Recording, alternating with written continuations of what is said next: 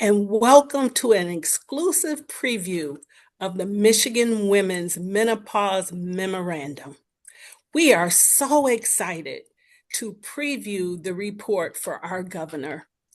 How fitting to have this conversation during International Women's Day month and to have our governor join us this morning. Welcome, Governor.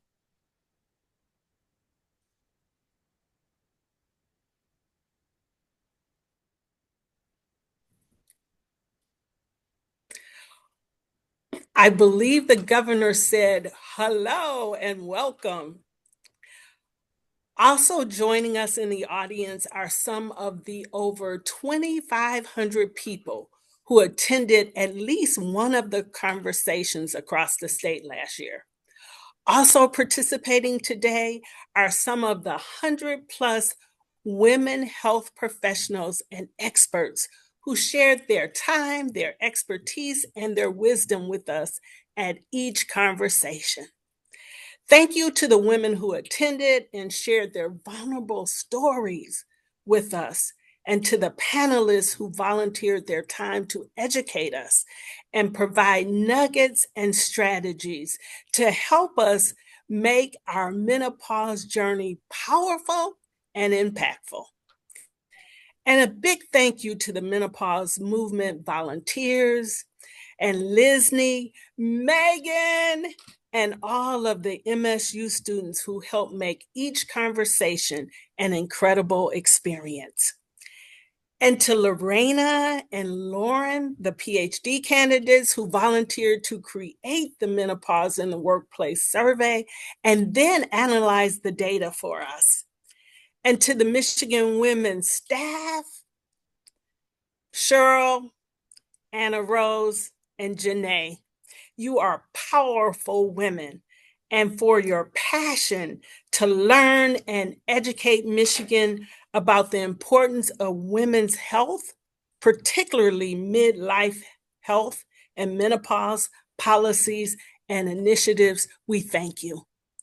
Thank you to each and every Michigan Women's Commissioners, including Vivian Picard, who was one of our panelists and shared her insights. And Leo's leadership, Susan Corbin, Kim Trent, for their support of the movement. We thank you. Thank you to our statewide sponsors, Bayer and Atellas. They both have non-hormonal hot flash remedies on the market. Check it out with your doctor. Make sure to ask your doctor about that. Thank you to our regional sponsor, Aetna, and our event sponsors, Corewell Health, Molina Health, Michigan Health and Hospital Associations, and Consumers Energy. And thank you, Governor, for launching the movement last year with Halle Berry. Wow, what an experience. Every attendee was on the edge of their seat, soaking up the information. And thank you for giving the Michigan Women Commission the charge to make Michigan a leader in women's health, midlife, and to create menopause policies. We, the Michigan Women Commission, accepted your challenge to us without hesitation, Governor. Challenge was accepted. And since last year, the Michigan Women's Commission held 13 conversations in all 10 prosperity regions, and over 600 responses were received to our Menopause in the Workplace survey. And legislation. 7 pieces of menopause related legislation were introduced. We've been busy with actions that women are telling us are making a difference, and they want more. Let's take a look and listen to their voices. Let's listen to the women of Michigan as they share their menopause stories with us. Please roll the video.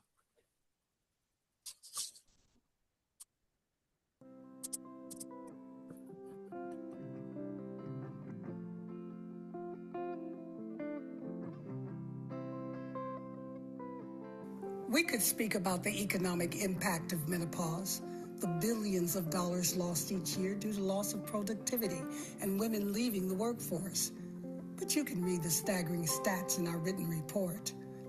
No, this film isn't about numbers. This film is about the real Michigan women whose personal stories about menopause will inspire you to care, to cultivate knowledge, and to create change with us. The only number we care to talk about in this film is the large number of Michigan women who have struggled and are struggling through the natural transition of menopause, and the even larger number of Michigan women who will learn to thrive through menopause because of the work we do together. This video is about sharing real Michigan women's voices that have been silenced for way too long.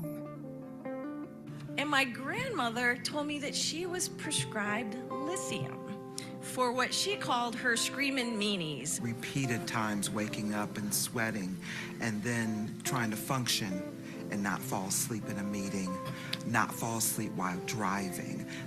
Well, I wouldn't expect myself to gain 80 pounds in the matter of 5 years. The brain fog came first, and I didn't know what was happening to me. I thought I had an early onset Alzheimer's. What about those other symptoms that women have that are so incredibly scary to the point where you think you're losing your mind, and every time you go to the doctor, they just turn you away or give you another test? I feel like an experiment. My teeth hurt. Do you understand that my teeth hurt? It hurts me to eat. Oh, well, that is kind of strange. I'm not exactly sure what to do about that. Truly the most menacing part of menopause for me was feeling like I was out of control. Like I thought there was something wrong with me, and I treated myself as if there was something wrong with me. This has been going on with women in our bodies since the beginning of time. Why is it that we are in, 2025, and it still seems like there's not a whole lot that is known or a lot out there for relief and treatment of it? I went to a neurologist, and she's the one who told me, you're most likely in menopause. No one ever told me that was a side effect of menopause. So a neurologist told me, because I went in because I'm like, what's wrong with me? My mind and brain, something's wrong. I had to jump through hoops in order for somebody to believe me and for somebody to take me seriously. But yeah, I had doctors like, oh, it's just what it is. One doctor said, well, at your age, we don't really check anything right now. You just gotta go through it. She literally said that. She didn't want to do anything as far as nothing. And that just made me feel like nothing.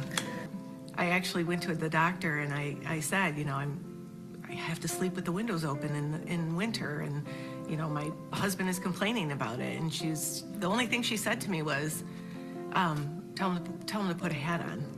But it didn't address my problem, it addressed his. Went to this young gynecologist, and he had the flippant nerve to say, menopause, what is menopause? So I knew I was in trouble, I promise you. Today I was speaking to a dear friend of mine, and she had mentioned to her doctor that she has problems with remembering things. And the answer from her doctor was, well, as long as you remember the names of your kids, you don't have a problem. You're good. That's not the answer we need as women. There are actually things about menopause that I like. So let me tell you, So let me tell you one of the things that I really like. I think that I wear IDGAF on my forehead.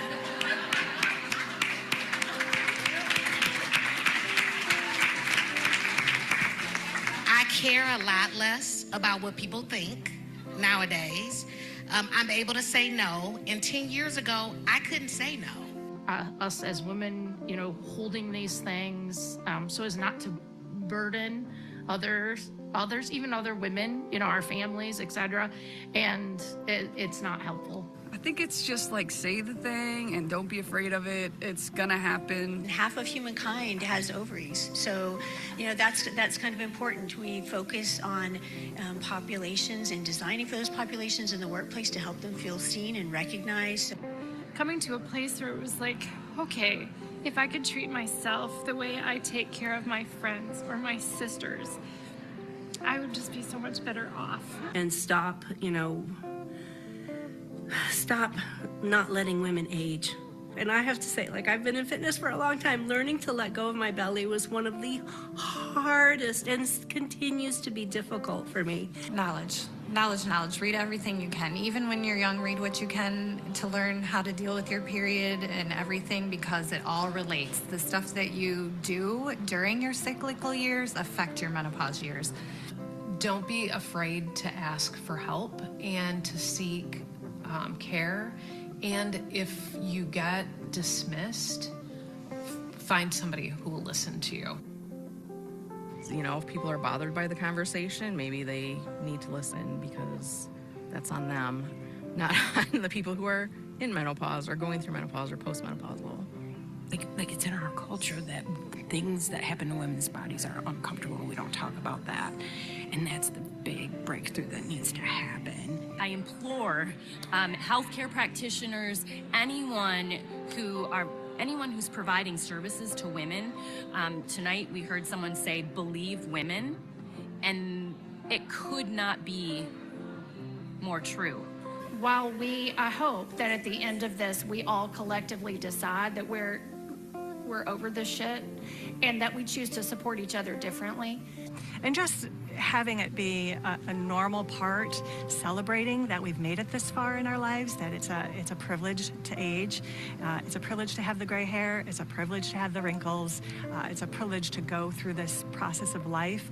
And to know that you're still a powerful, vital woman, that just because you're going through menopause doesn't mean your life's over.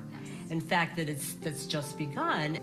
And so I am so happy to be here in this space, seeing all these women wanting to learn and figure it out. We're kind of emphasizing the symptoms and how to manage the symptoms, rather than promoting the wisdom of the time and the freedom that we experience as we age. You have the power. So menopause is not a pause, it's a power shift. Thank you for listening to the stories of Michigan women who have vulnerably shared their experience, strength, and hope with a trust that we are going to listen to them and implement the very simple solutions that are necessary to create a better world for Michigan women.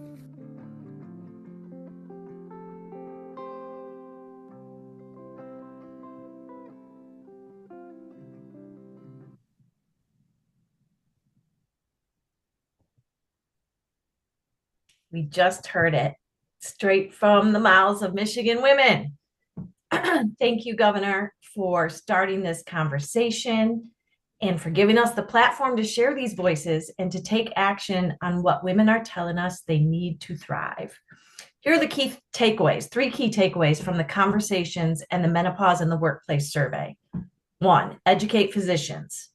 2, educate us, and do it at a young age. When girls are learning about their menstrual cycles, educate them about perimenopause and menopause. And let's change the culture and destigmatize the conversation around menopause. Employers, we have recommendations for employers. Number 1, educate employees, not just women, about perimenopause and menopause. 2, provide trusted information and resources. Education directed not only at women, but at managers, HR, and all genders is a low-cost strategy to destigmatize, improve retention, and strengthen workplace culture. It's working in other countries like the UK. Recommendation 3, update policies with a midlife women's health lens, create low-cost workplace accommodations, and review and expand benefits. 4, provide basic menopause awareness training for supervisors and HR staff. One woman told us that if she had had better information and a workplace champion, like a supervisor or someone in HR who was educated about menopause and its symptoms, she could have addressed her symptoms sooner and prevented some of her issues in the workplace. If Michigan employers can provide access to trusted information, training and education, and access to bathrooms and cold water, we would be a leader in supporting women at every stage of their careers.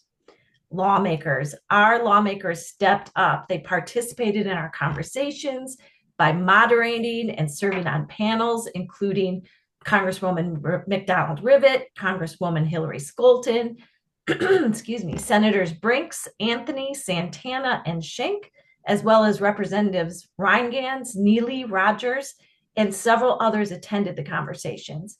And 7 pieces of menopause-related legislation have been introduced since March of last year. These bills address all but one of the recommendations in this report. First, create and fund public education and awareness campaigns. House Bill 4791 and Senate Bill 765 do that. The House bill was introduced by Representatives Steckloff and Thompson, and the Senate bill by Senators Anthony and Santana. Number 2, improve access to midlife women's menopause health care. House Bills 4814 and 4815 do that. Insurance coverage for hormone replacement therapy, introduced by Representative Rogers and Representative Morgan. 3, create policies for menopause physician education. House Bill 4790 does that. Again, Steckloff and Thompson. And House Bills 4790 and 4791 passed the House this month, with bipartisan support and are now in the Senate Health Policy Committee. And 4, create policies to support midlife women in the workplace. Rhode Island is the only state to pass this type of legislation, and it's not been introduced in Michigan yet. The law adds menopause in the Fair Employment Statute to its list of protected conditions, along with pregnancy and childbirth. So those are our recommendations. And now I want to introduce Lauren MacConnachie. Lauren is a PhD candidate studying epidemiology at the University of Michigan, where she works in the CLEAR Center on the study of women's health across the nation, the SWAN study. It's a seminal study of the menopause transition. Lauren is deeply interested in linking public health research to public policy with the aim of improving health spans of vulnerable populations. Lauren volunteered her time and her brilliance to analyze our survey data from the Menopause in the Workplace survey, and now she's going to share with you some of those findings from the survey. Hello. Thank you, Cheryl, for the amazing introduction. So our survey focused on menopause in the workplace, and the Michigan's Women Commission launched the survey in December of 2024. And as of January, 652 people completed the survey. Unsurprisingly, majority of our survey respondents identified as midlife women aged between 35 and 60 years old. 96% are also menopause able, meaning they have already been through menopause, are currently going through menopause, or they will go through menopause. This means that the remaining 4% were identified as not menopause able, meaning they're either biologically male, or they didn't have ovaries, or they just for some reason weren't very sure if they could go through menopause. Importantly, the racial and ethnic composition of our survey respondents was comparable to the makeup of Michigan overall. Next slide. Survey respondents were also highly educated, with 85% having at least an associate's degree and 46% having a master's degree or higher. Respondents were employed in an array of industries, including healthcare, government, and manufacturing. This survey population is therefore generalizable to college-educated employed Michigan women in their midlife. Next slide. So let's just get right into the results. From the portion of our survey assessing knowledge about menopause, we found that despite majority or 96% of our respondents being menopause able, only 1 in 5 strongly agreed that they felt knowledgeable about what to expect during menopause. Surprised by these results, we explored possible drivers of menopause knowledge, and we found that, next slide, those who are most confident about their menopause knowledge were also most likely to have discussed menopause with their provider. Illustrating that discussions with medical providers is how many women are learning about menopause. But we also found that 62% of our menopause-able respondents reported that no medical provider initiated a discussion about menopause with them. This indicates that there is a need here in Michigan for menopause-informed medical providers that will both initiate and promote conversations about menopause. Next slide. So moving on to our results about the state of workplace culture and accommodations for menopause here in Michigan. Next slide. We found that, as one may expect, many women report that their menopause symptoms negatively impacted job performance and job satisfaction. Among those currently experiencing menopause symptoms at the time of the survey, 50% felt that their symptoms negatively impacted their work performance, and 82% reported that symptoms impacted their job satisfaction. And for 11 respondents, the severity of their menopause symptoms drove them to actually leave their job. Assuming that this survey is representative of all midlife working Michigan women experiencing menopause symptoms, this would represent a loss of nearly 16,500 women from the workforce each year just due to menopause symptoms. Next slide. Michiganders also report that in general, workplaces are not menopause friendly. Fewer than 1 in 5 women chose to disclose their menopause status at work, with one woman commenting that she would in no way discuss any menopause issues with anyone from work. 52% indicated their workplace culture did not support taking time off due to menopause, and only 12% knew who they could go to help for at work if menopause symptoms presented workplace challenges. However, overwhelmingly, everyone wants their workplace to be menopause friendly. 79% indicated that a menopause supportive workplace was important to them, and 77% of our respondents indicated they wanted to learn more about menopause workplace protocols. So we actually did a little bit of polling and just asked, what would you like to see in a protocol? And our respondents provided their opinions, and these are the top 4 choices of what they would like to see in a menopause protocol for work. Something like work from home or remote work arrangements, and then some easier ones like just simply easy access to cold drinking water, washrooms and toilet facilities, improved ventilation, humidity and air conditioning, and then something simple as a packet just outlining the resources available at that workplace for menopause. So with that, I'm going to conclude and thank you for your time and pass it off to our next presenter.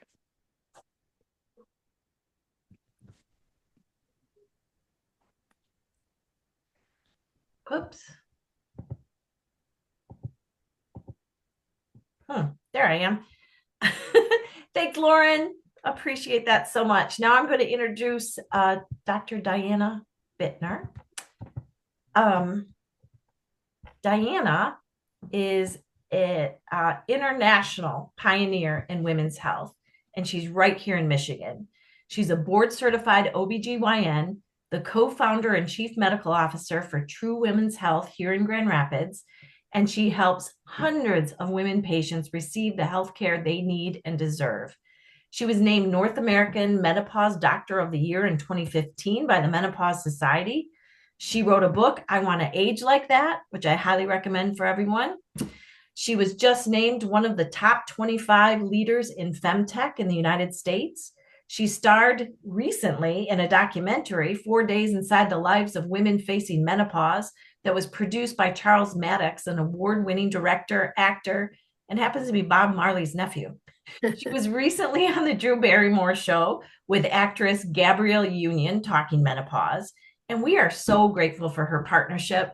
She shared her wisdom with us on every panel across the state last year, except one because she had an emergency appendectomy. I am honored to pass this over to Dr. Diana Bitner. Thank you so much. I'm so honored to be here. And I'd like to share the story of Jane. I think she really exemplifies. I met her in 2006. Jane had been admitted to the hospital because she broke her hip. And while she was having hip replacement surgery, she had a heart attack. And then I met her. I was called to see her for vaginal bleeding and diagnosed her with uterine cancer. And she's like, Doc, what happened? Like, why me? And I said, tell me about your menopause. And she said, well, it happened in my late 40s. I was a teacher and I had brain fog and hot flashes and night sweats and weight gain. And I just didn't feel like myself. And I went to my doctor and my doctor was like, well, this is just a phase of life. You just got to deal with it. There's really nothing to do, but you got this. She went to her mom, and her mom said, "We don't talk about that. We just got to buck it up and get on with it." And so she was like, "I just couldn't do it anymore. I couldn't show up for the kids. I couldn't go to the bathroom enough. I couldn't, I didn't have the support at work. I had to leave work." And so I stopped being a teacher. So here she stopped being a teacher. Like 10% of women we know do leave the workforce at menopause. And she said, "Okay, I'm just going to deal with this. And my new normal, I'm going to be the best grandma I could be." And now at 62, she has diabetes, obesity, osteoporosis, heart disease, and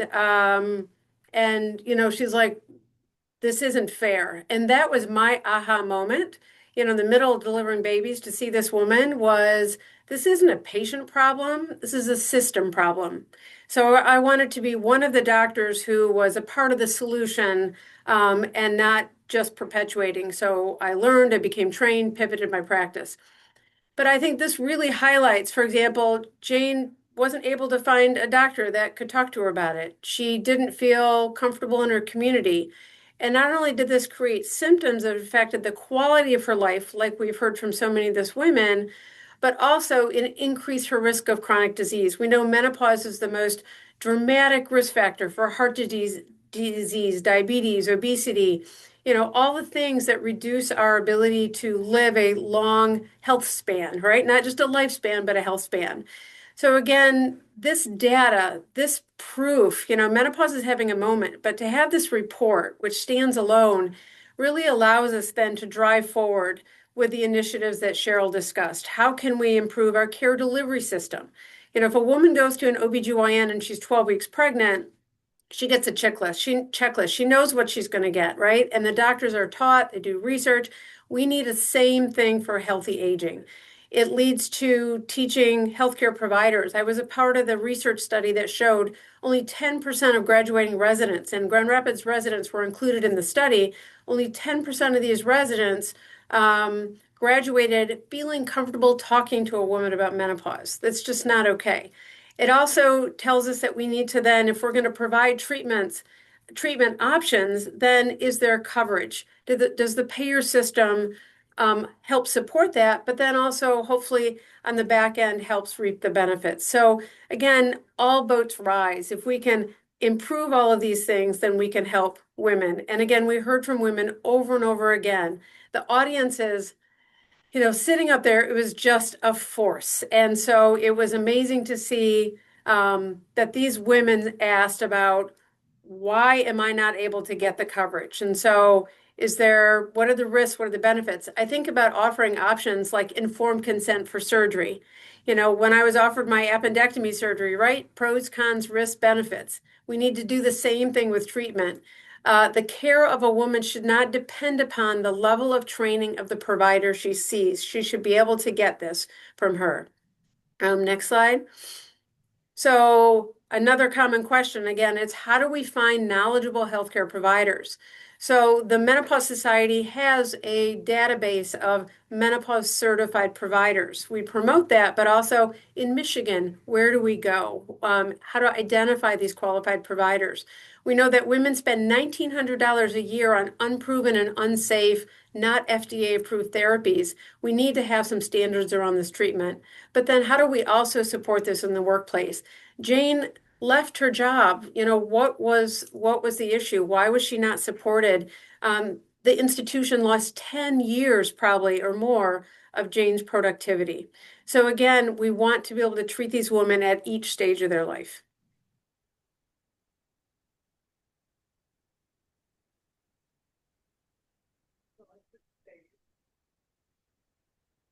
So Cheryl, is there anything else I can add or any other questions I can answer? I could talk about this a long time, so I thank you for the opportunity.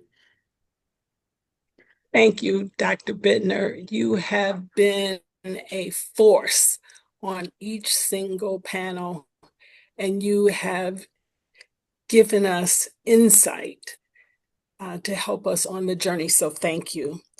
And thank you to our governor for making women's health, including midlife health needs for women. And thank you for taking time out of your busy schedule today to join us.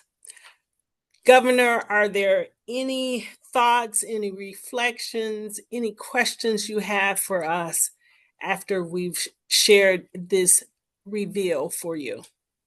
I simply wanted to say I'm so grateful for the work that's been done.